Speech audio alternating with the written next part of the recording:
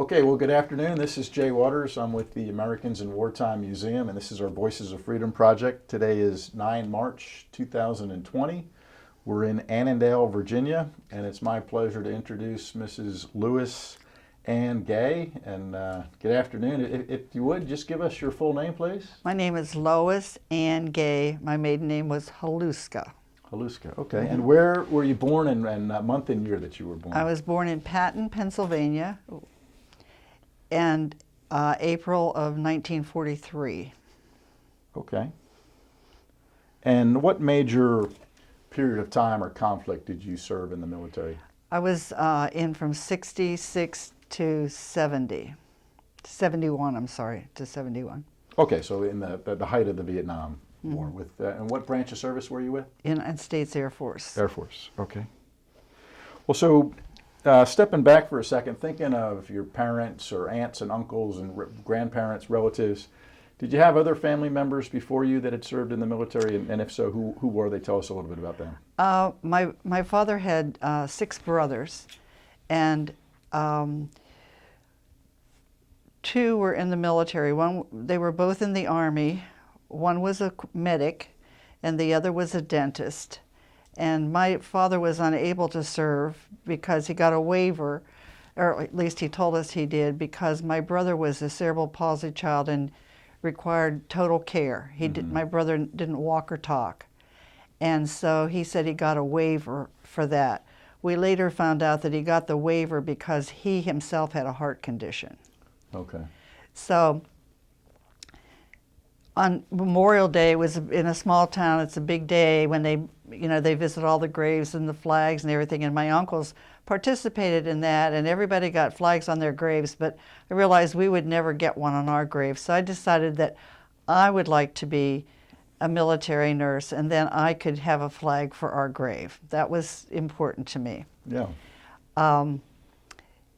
So that was part of the impetus, and then later, that was a childhood dream.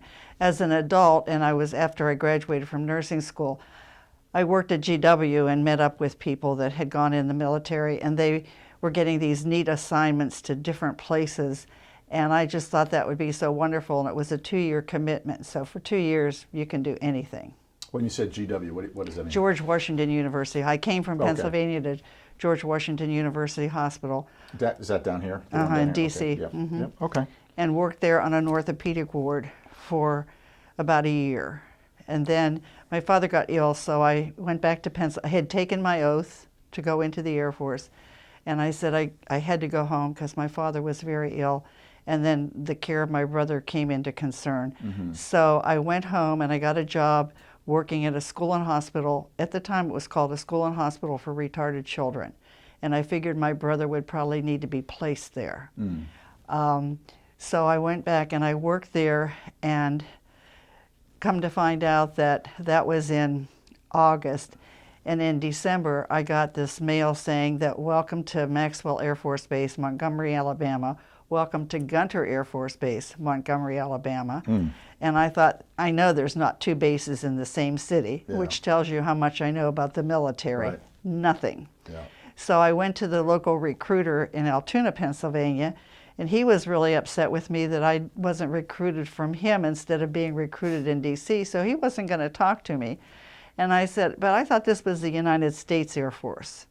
And so then he got nice, and he explained that if I decided not to go, show up for my date that I was to enter, that would not be a problem. But if I wanted to come at a later time, the Air Force would not reprocess me. I'd have to go to the Army or the Navy. Okay. And so I went. And I was in Montgomery. I was there a month, and my brother died. Well, we'll come back. Let me get to a couple more questions before we get into the actual. I'm sorry. No, that's fine. It sounds like you got a lot, some good stories there. But so just backtracking for a second, this is more of an introductory question too. If you would, just kind of think about September 11th, 2001 for a second. The attack on America, the Pentagon in New York. Where were you that day? Kind of what was going on in your life, and just tell us your thoughts about that day. Okay, on September 11th, actually, both of our mothers lived with us. and both had had medical problems, and so that's why they were living with us, because as a nurse I could help them. And my husband was agreeable to that. And so I was taking them to a bingo, and it was at near Good Shepherd Church near Mount Vernon. And we got there, it was a Tuesday morning, beautiful day, and we got there, and I knew on the way that the Pentagon had been hit, or that, no, the New York Towers had been hit. I didn't know the Pentagon had been hit yet. When we got word that the Pentagon was hit, we were asked to leave. Mm-hmm. And of course the mothers couldn't understand why, if that happened, the Pentagon was, 7 miles or 10 miles away, why we had to leave. As we left and we were going north, all the cars were coming out like in caravans. It was absolutely just shocking. Mm-hmm. And the day didn't get any better. It just got worse and worse. We had a couple of friends that were killed. And so it was just a very sad day. Yeah. And I never thought that anything like that would happen in our country. With all the things that I did get to see, I just never thought that would happen here. Well, and so the next question, you kind of already answered a lot of it on your opening comments there. But so why the Air Force versus other branches of service that you ended up going into? I just thought I could fly. I don't know. I mean, actually, you can fly in any of the services, but I just thought that would be different, and so that's why I chose it. And so that was January of 1966. Is when I went on active duty. Yeah. Mm-hmm. Okay. And so now, so you started saying about your the recruiter and coming in. So you went down to Alabama initially? Yes, to Montgomery. Okay. Mm-hmm. And so what'd you do down there? I wanted to work on pediatrics, and the chief nurse, when she interviewed the nurses coming in, she always asked what you wanted to do. But you were also told that your chances, you were a general staff nurse unless you were a psychiatric nurse or an OR nurse, and I was not either one of those. So they would put you wherever they needed you. But the chief nurse there asked what your favorite was, and I said pediatrics, and she was a frustrated pediatric nurse, so she only put nurses on pediatrics that wanted to be there. And it was a regional hospital, so she had a large staff, and she could do that. So I worked on pediatrics, and I was thrilled to do that. Okay. And were you a lieutenant now at the time? I was a second lieutenant. Second lieutenant. And had there been any, you'd already gone through medical or nursing school, it sounded like, right? In the Air Force, you had to be a registered nurse. Okay. So you had to be finished with your basic schooling. And then when you come in, you have a week orientation. Then you do a bivouac, and you learn about the uniform, learn about what your job is in the Air Force, and what your... That was 1 week. 1 week.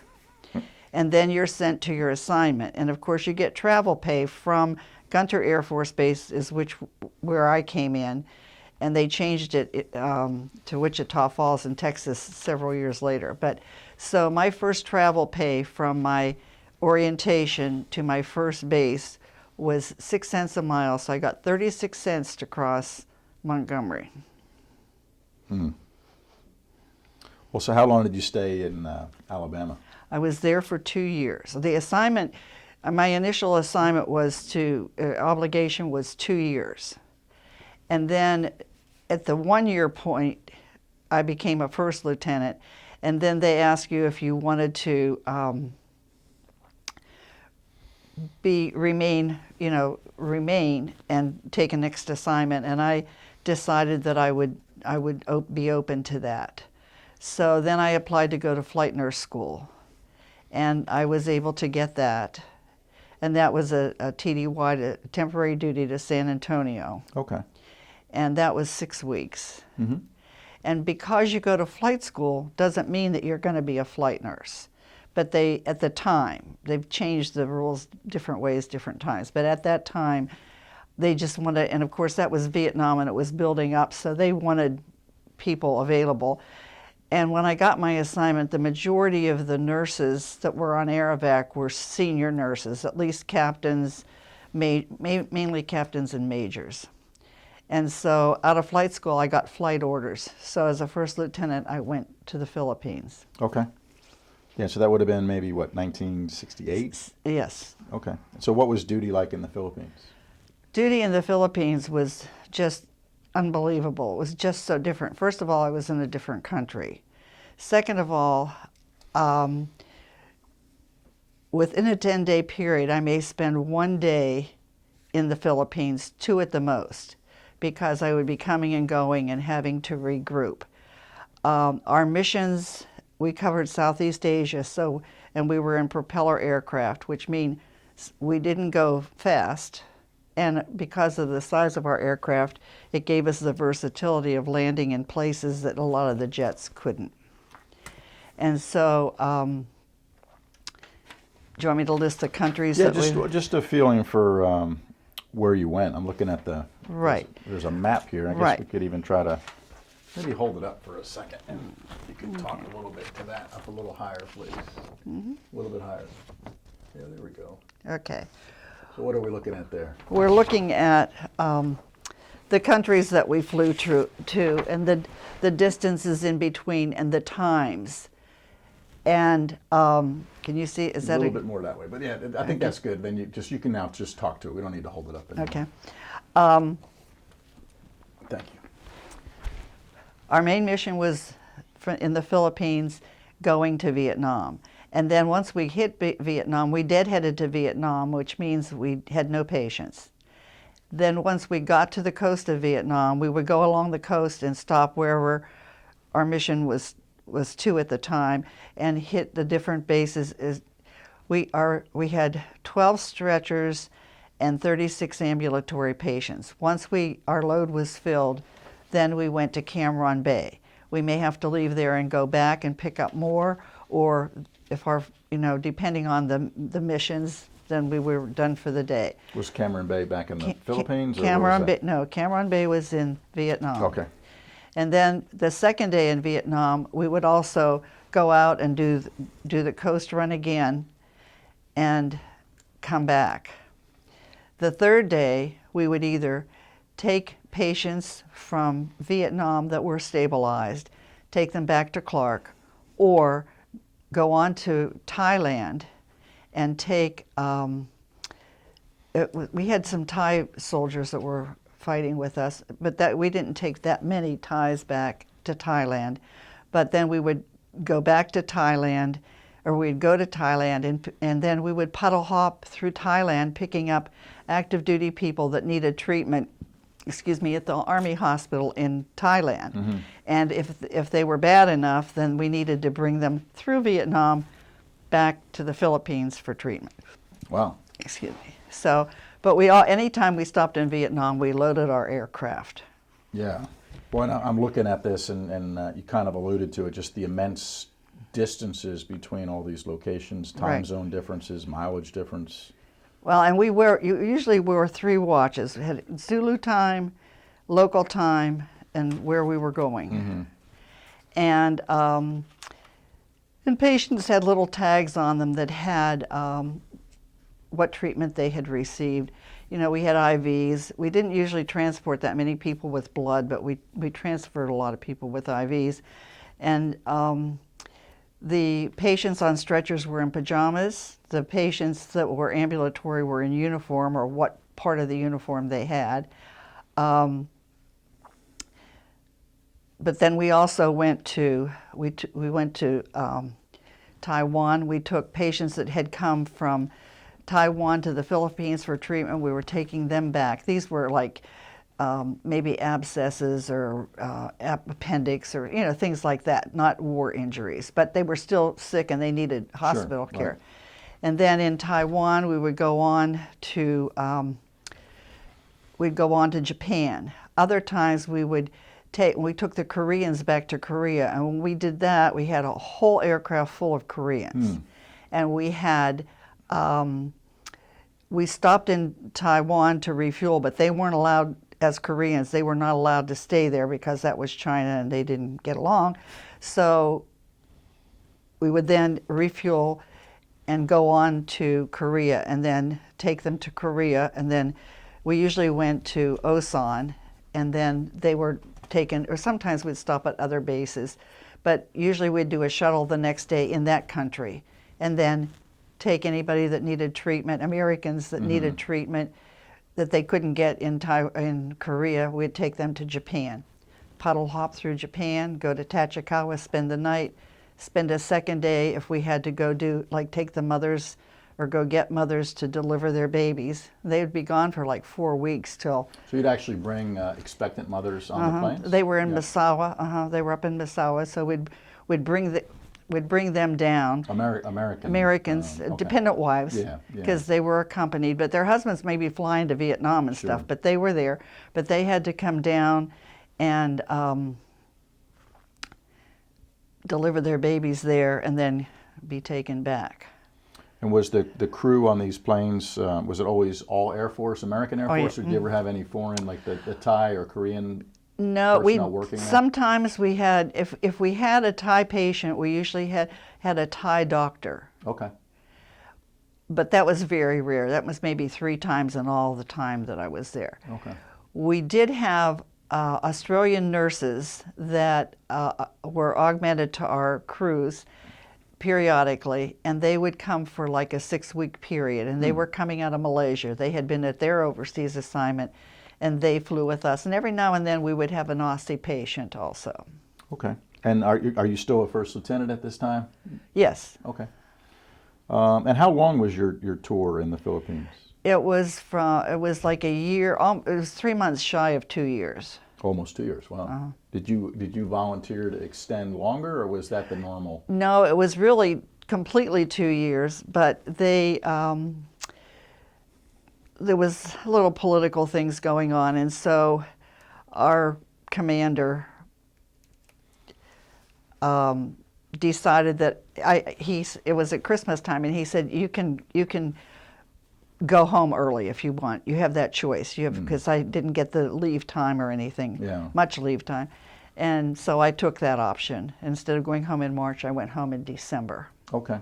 Well, so with you guys going in and out of Vietnam, did your aircraft ever come under enemy fire or even have mechanical or weather-related emergencies? We had it all.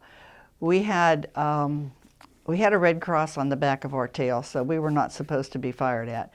Two missions that I remember in all of them, when we landed at one was at Cameron Bay, and the other one was in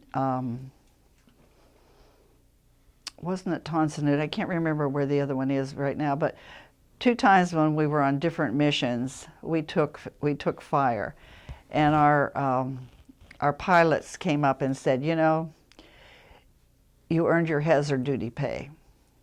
Just the fact that you're alive to talk about it is a good thing, and that's all he said. Wow. But for the most part, we had bad weather. We had a lot of breakdowns, mechanical breakdowns. I remember leaving Okinawa we had a plane. We had no patients. We had mainly additional crew members that were getting rides back to the Philippines, and we had civilian dependents that were traveling and needed rides. And we took off, and we lost an engine, and we didn't go too much further, and we lost another engine, and we only had 4. And so, of course, we had to fly out enough to dump fuel and come back in. And in the process, they sent a 130 to fly at our wing. And I said to the med tech, I was thrilled that the aircraft was there. And he said, why? And I said, well, because, they're there. And he said, yeah, all they're going to do is point to where you went. And I said, yeah, I know. And doing sea survival, once you do that, you realize that your chances of surviving are probably slim and none, because it's difficult, and now you have all these people that are injured. I mean, they have bad arms, legs, whatever, and so your chances of being strong enough to not only take care of yourself but gather everybody after you do the sea survival, you realize that's probably not going to happen. Well, the planes did have, I imagine, life rafts and stuff. Oh, yeah, we had rafts and life preservers, and when they sent us on sea survival, they jimmied up the rafts, so we had to blow them. Okay. Yeah. that kind of thing. So, and we had to jump off the back of a boat into the water, and this was in the Sea of Japan, you know, and it was not the calmest water, but that brought the realization of really what you were dealing with. Well, some realistic training, it sounds like, which Oh yeah. which you never had to implement though or utilize. No, no. But okay. Well then, so thinking about your time in the Philippines, that almost 2 years, did you have opportunities to, how did you stay in contact with family and loved ones back in the United States? Sent reel-to-reel tapes. Tapes, okay. Didn't make any phone calls. It was too expensive, and it wasn't good. You know, it was, if any message was relayed, then it was relayed and it was echoed. So even when we had to call back to the Philippines, our report from Vietnam, we had to go to a communications center, and then it had to be relayed. So Okay. So letters and reel-to-reel tapes. Okay. And then it sounds like you were very busy, traveling a lot, but did you get any free time? And if so, did you, what kind of things did you do on free time? I made the most of every minute I had. It's like when you work hard, then you play hard. And in each country, we'd carry, first of all, we'd carry monies of every country. And there was on-base money and off-base money, because they didn't want you using American money. And then they would change, it was called MPC, or military pay currency. And they didn't want you either used the currency of the country or you used the MPC money on base, but you used no American money. And so I can remember not having $5 in my purse before I went in the military. And one day I counted with all these countries, and I had over $100 in all these different things, and I thought, God, I am so rich. Yeah, that's a lot of money. Yeah, it's a lot of money, but just enough to get you, if you needed something, you could do that. I mean, otherwise you could write a check if you were buying things, stuff like that. But yeah, we got to in every country, we got to do some sightseeing, some touring, between the breakdowns, and then being sent, like I was sent to Thailand to let one of the nurses that was stationed there out to do some training. I went and took her place, or in Japan, or any of the countries. Anything really unusual stand out or most memorable on some of your downtime, something that you did or saw? Yes. There were many. I just used to like to watch all the kids in the different countries and how they did. In fact, everybody was teasing me. I took so many pictures. And in Japan, they said, oh, look at the clothes on the line. You should probably take a picture of that. But they put their clothes on a bamboo pole and stretched them all out. Yeah. So it really was a good picture. But I got to go and be in, I can't believe I can't think of the name, Tokyo, for cherry blossom. And coming from the DC area, and being able to see that was just people out, beautiful day, cherry blossoms, having their little picnic, little sake, which is their rice wine. Mama-san passed out on the blanket, children all dressed up in their traditional, it was beautiful. It was just beautiful. Yeah, wow. So, and like you said, we got the cherry blossoms right here in the DC area. Right, so to get to see the sister, or the original, was wonderful. Well, what was it like? You mentioned how they let you come home around Christmas time of, I guess, 1970 maybe. 69. It was 69. Okay. Yeah. But what was your homecoming like? What was it like coming back after that experience? Well, first of all, a lot had happened, so it was wonderful to get home. A friend of mine, an Air Force nurse friend of mine, met me at Travis, and she lived in Santa Barbara at the time, so we went to her place, and we went into the BX, which is a military base, to shop. And they had just come out with London fog coats for nurses that was much better than like the GI issue kind. And I wanted to buy one because I knew I wouldn't find one in Pennsylvania, and I was on my way to Pennsylvania, and then I was going to be driving from there to Phoenix, where my next assignment was. And so I said, oh, I'd love to buy this. But then I saw a civilian one that I liked too, and I wanted to buy both of them. And I said to my friend, can I ask you a favor? And she said, sure. I said, if I buy the military one, will you buy the other one for me? And I'll pay you. I mean, I've got money. And she said, well, if you have money, why are you asking me? And I said, I can buy them both. Things weren't rationed. Everything was rationed overseas. Okay, if you were wanted, still used to that. yeah. And so that was a real change, or to see all the, all the stuff in the stores and all the things like that. And of course, coming back, people, that you didn't talk about, you were in civilian clothes and you didn't talk about the military because most people weren't too happy about it. I mean, it's like, especially for the young guys, it's like if you're dumb enough to go, you deserve what you get. And that was the hard part. The hardest part for me was taking care of the patients, and the patients were all 17, 18. I was 25, and I was considered young, but I was old to them. But it was heart-wrenching to realize that they were alive. They were not dead. They were alive, and they had a lot to overcome. Right. And that was the hard part, is knowing what they're going to have to go through. Yeah, I would imagine even for you and your colleagues working with that for almost 2 years, or they talk about PTSD now, but you guys must have had some of the same kind of experiences dealing with those patients day in and day out. The fatigue and mental anguish you and your colleagues must have had. True, and the different, and then talking to the nurses that were at the different assignments, they were there and didn't get away. So in a lot of ways, I think it was harder for them. Years later, when we visited the wall, or is this not a good time to talk about? Absolutely. One of my best friends that I worked on pediatrics with, and we're still friends today, when she came to visit, this is after the wall was built, so we're talking in the 1990s now, and I hadn't gone to the wall. I hesitated to go, and she said, well, I want to go and you need to go with me. So we went to the wall, and walking into the wall was like going to a funeral home. Yeah. And it was quiet, and it was sobering, and of course all those names, and she had names that she wanted to pick. And the thing that was interesting is that was the day I came to the realization people I took care of weren't on that wall because my people lived. Yeah.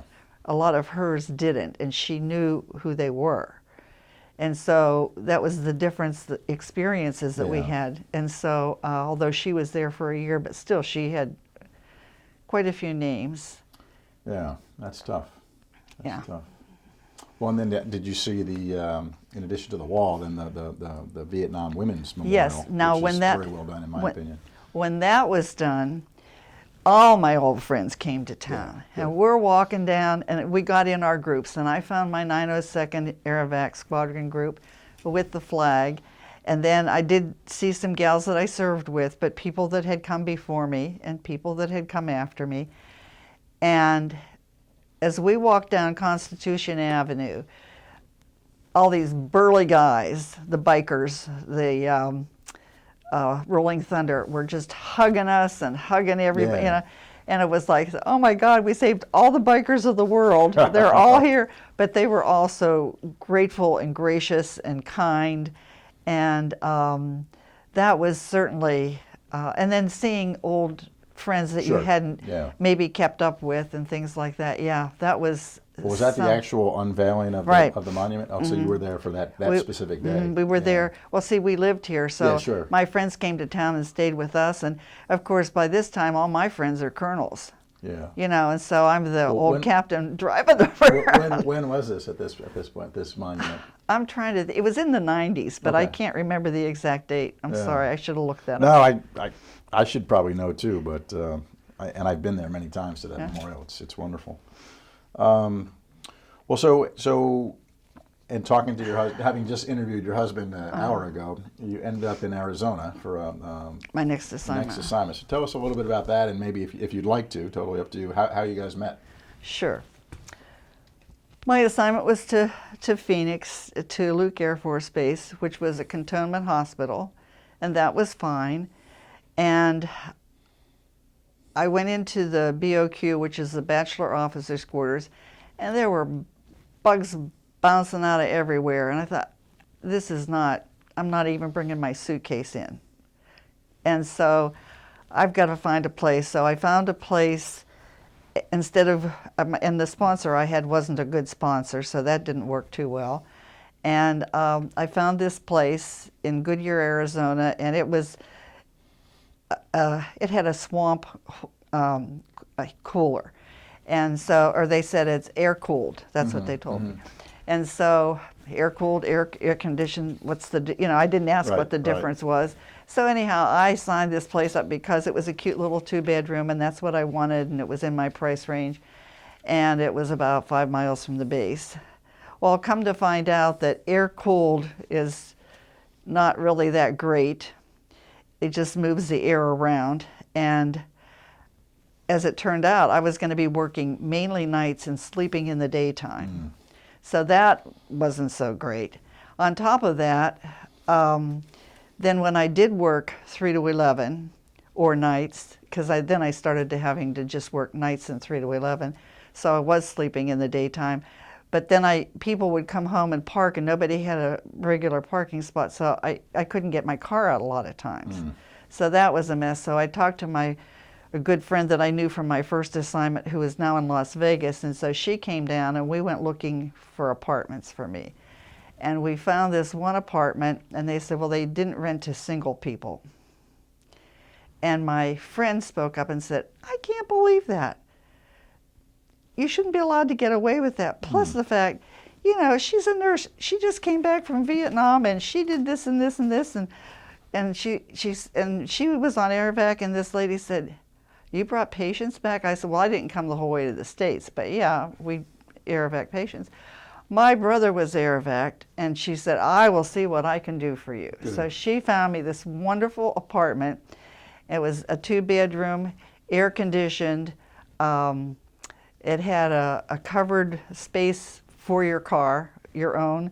I mean, it was like dying and going to heaven. I think I paid like $10 more rent the month. I mean, it was just ideal. And that's where I lived. And then, of course, I was working, and I started having some medical issues, and I was put in the hospital. And as it turned out, one of the other nurses, I worked on the men's ward, this other nurse worked on the women's ward, and she was having problems. And so they put us on the women's ward as patients, but then all the patients kept coming to us asking them questions about their loved ones that we had just taken care of. So they decided they had to put us in one of the semi-private rooms. There were only 2, but they decided we needed to, we were the patient. Sure. Yeah. So we're now in a room together, and my husband's boss was this other nurse's husband. So he came to bring her mail, and that's when he met me to start with. So I was the patient, and he came to visit his boss's wife and met me as well. Okay. Yeah. And then we had a new nurse assigned to the ward that I was on, and the chief nurse called me in, and she said, Captain Haluska, you're going to be working with Lieutenant, I think her name was Williams. She is not to have the keys to the narcotics. She is not to do any treatments to the patients, and you are going to be solely working with her until we resolve any problems we might have. So now I'm working with her, and of course, this gal was tall, thin, and very charismatic. And so patients loved her.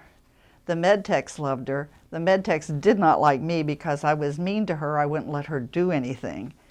And it was difficult. Yeah. And then I got sick and she got sick, so we were put in a semi-private room together. With this lieutenant?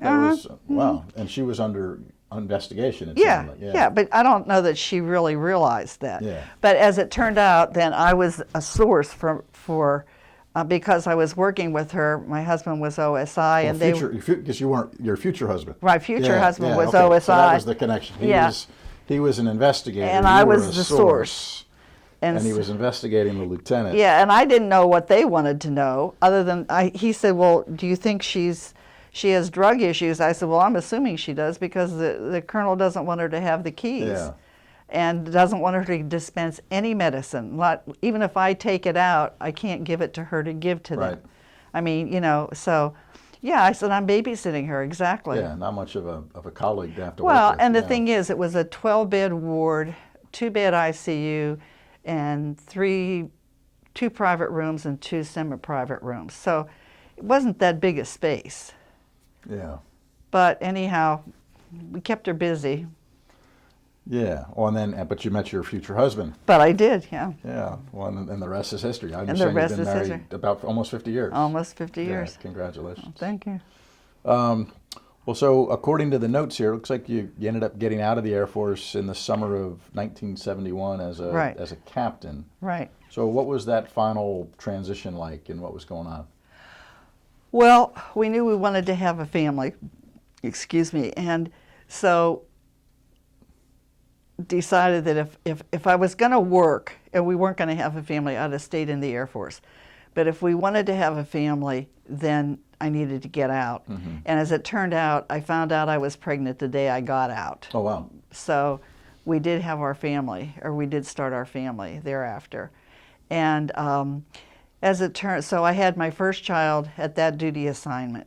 So all my single nurse friends are now the aunts to this baby that's coming. One of the gals that I knew when I was in the Philippines, she was a major, and she was a tough old gal, and she came to me when I was in delivery, and she said, "I think all kids belong in a hole till they're 21." She said, but she had just finished 3 to 11 duty, and I had come in like at 10:30 or something. She said, "Do you care if I stay for this delivery? This is as close to motherhood as I'm ever going to get." Yeah. Say, "Hey, yeah, I mean, it's fine with great. me." That's great. So anyhow. Well, then, so what'd you do after your Air Force time? So I got out, and we had our daughter in the following March. And then the week after we had her, Bill came home with notification of orders to Tehran, Iran. So I didn't do any nursing until we went to Germany, or to Holland, and then I volunteered, like in health rooms. When the kids were real little, I was at home.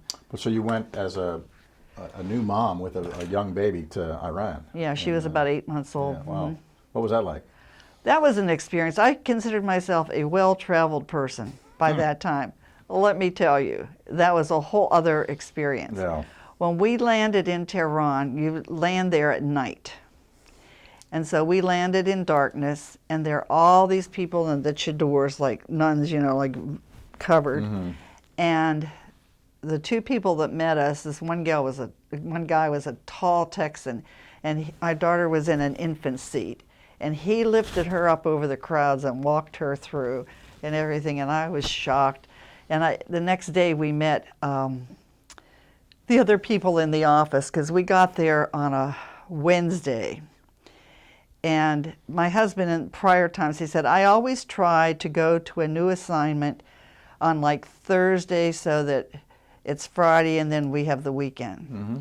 He said, "But it's not going to work out, so I have to go we're going to end up there on Wednesday, but it's not too bad." As it turns out, the days off there were Thursday and Friday, because Friday is their holy day. Yeah. So it worked out. Yeah. So we were invited, the whole office, 3 people and their spouses and kids got together at the boss's house, and they welcomed us, and I made a comment to the boss about, "Wow, that was some trip, all those hours and blah, blah, blah." We did stop in Rome on the way and visited his last assignment and people, so that was really nice. Yeah. And other friends met us there, and then we came on to Tehran by way of everywhere. And he said, well, if you don't like it here, you can leave. And I said, it's going to take a lot more than that to get me to go do that trip again. Absolutely. I said, I don't think that's going to happen. And No. we all became, fast friends, and we were each other's families. Yeah, absolutely. Well, if we're getting a little bit closer to the end than the beginning, but are there any other incidents during your active duty time with the Air Force, either in the Philippines or around in that area, Southeast Asia, or any other time that really stand out as something unusual, scary, funny, or anything that you haven't covered already? I'm trying to think off the top of my head. I think I put a couple on that paper, but now I can't remember what they were. Well, there's a catch-all question Okay. at the end where you can cover that too. The thing about my overall service was the people that I first met are still my friends today, the ones of us that were on pediatrics. And we've maintained that friendship. They're aunts to my children and my grandchildren. And one of the funny offshoots of that is one of the gals got remarried about 10 years ago, and we weren't invited to the wedding because she was out west and all of us are scattered everywhere. And so one of the other gals, and we had our Society of Air Force Nurses meeting where we all met, and we met the new groom and everything. The one gal said, well, you didn't invite us to your wedding, so we'll all go on the honeymoon together. And they were going to Hawaii. She'd been assigned in Hawaii. And my husband told me anytime when she retires, wherever she retires, I can go. Oh. So we went to Hawaii for 2 weeks when she retired, which was prior to this wedding, of course, and had talk about a glorious trip. She had 23 assignments in 30 years, and she had somebody from every assignment come to Hawaii for her retirement, which speaks volumes about her. And so we all had just a wonderful time. And so then when this other friend said, well, we'll all go on since her husband had never been to Hawaii, she wanted him to go and be there, visit and everything. And so this other nurse said, well, we'll just all come on the honeymoon together.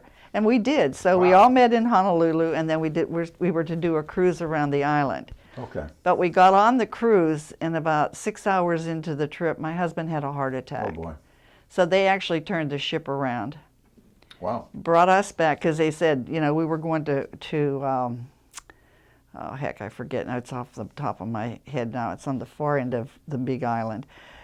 But anyhow, they said he needed to come back to Honolulu. So they turned the ship around, brought him back. So my husband and I were in Honolulu at Queens Hospital while he had a stent put in and recovered. Then we went to the Halikoa, which is a military place, and he recovered, and our clothes and our friends did the tour. And then we met back at the Halikoa before everybody dispersed to the different places they lived. Wow. It was a wonderful time. A memorable honeymoon probably for many Oh, people yeah. in more ways than one. Well, one of the gals had never married, and she said, I'm finally getting my honeymoon. There you go. Well, there you go.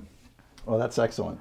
Well, so the second to last question is, if there's one thing that you'd like, you've got your kids and grandkids and even future generations of descendants that don't even exist yet, if there's one thing you would want them to know about you and your military service, what would that be? What would you want to tell them? Well, I'm very proud to be an American. I'm thankful that I got the opportunity to do all those things, and I think in giving you receive. Not that you give to receive, but it's a two-way street. And there's just so much out there, but you have to open yourself to it. You have to work hard and be true to what you know. Yeah, that's very well said. Well, then the last question, the proverbial last question is there anything else that you wanted to talk about or cover or revisit, or anything that we might have missed during the interview this afternoon?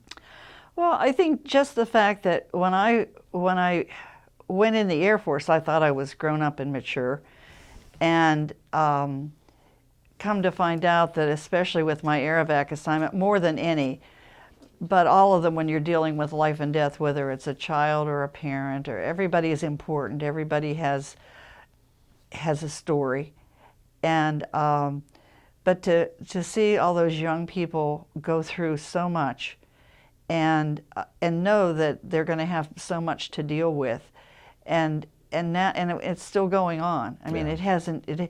The story has changed by where the people are and how. I know that going and being away for a year or two is a hardship, but I can't imagine going away and having that mindset and coming back into 3 months regroup. I can't imagine how difficult that is and how hard it is on the families. Yeah, no, that's absolutely true. Well, Lois, on behalf of the museum and myself personally having the honor of interviewing you today, I'd like to present thank you. that coin. Maybe hold it up to the Yes. camera a little bit higher. We had after the map incident. Yeah, so that's just our way of. Okay. Let me shake your hand on camera here too to say thank you for your time this afternoon. It was fascinating to hear your story and to hear your husband's story an hour earlier, and it was pretty much the same on how you met and some of those things. But that's fascinating, and I would just like to say thank you for your service to those mainly men, but those service members during the Vietnam era that you probably saved a lot of lives too. Hopefully. Yeah. All right. Well, thank you. Thank you.